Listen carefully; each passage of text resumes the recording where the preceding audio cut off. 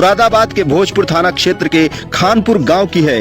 राजेश की पत्नी रेखा की जिस्म की प्यास दिन ब दिन बढ़ती जा रही थी। पति से वह संतुष्ट नहीं थी तो गांव के ही बिक्की से प्यार हो गया और वह पति से छुप छुपाकर बिक्की के साथ रात रंगीन करने लगी। मगर जब बिक्की से प्यास नहीं बुझी तो उसकी निगाह लंबे चौड़े बॉडी वाले आकाश पर पड़ी।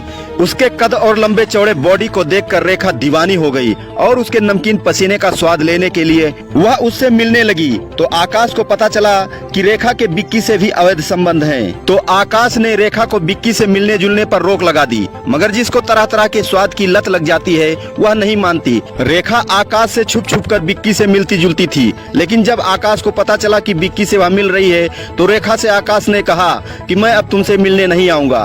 तब वह मान गई और फिर वह बिक्की को बताया कि अब तुम मुझसे मिलने मत आना, मैं तुमसे अब प्यार नहीं करूंगी। मगर बिक्की तो रेखा का दीवाना था, वह बार बार रेखा से मिलता और रिक्वेस्ट करता। तब रेखा मान जाती और उसके साथ अवैध संबंध बनाती। मगर जब आकाश को पता चला तो वह सोचने लगा इसके लिए कुछ न कुछ तो प्लान जरूर बनाना पड़ेगा। फिर आकाश ने सोचा क्यों न बिक्की को रास्ते से हटा दिया जाए, जिससे सारा मामला ही खत्म हो जाए ताकि रेखा उससे मिल न सके।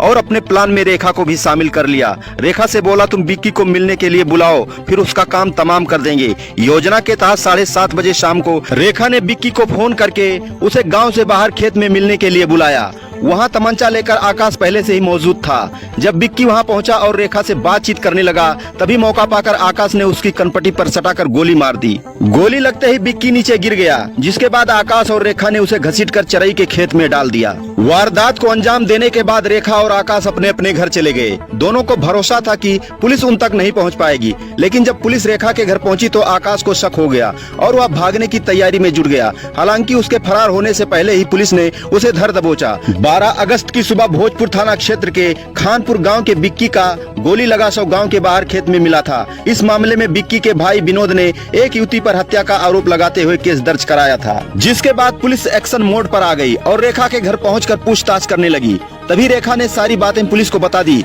पुलिस ने दोनों आरोपियों को गिरफ्तार कर लिया और साथ में 315 बोर का तमंचा भी और उसके साथ एक खोखा भी बरामद किया, जिसके लिए पूर्व हत्या के मामले में आर्म्स एक्ट की भी धारा बढ़ाई गई है। दोनों आरोपियों को कोर्ट में पेश कर जेल भेज दिया गया है। तो दोस्तों, आपराधिक मानसिकता को समझें, आपराधिक मानसिकता वाले व्यक्तियों से दूर रहें, सावधान रहें, सतर्क रहें और अपने परिवार को सुरक्षित रखें। आप सभी प्यारे दर्शक बंधुओं को प्यार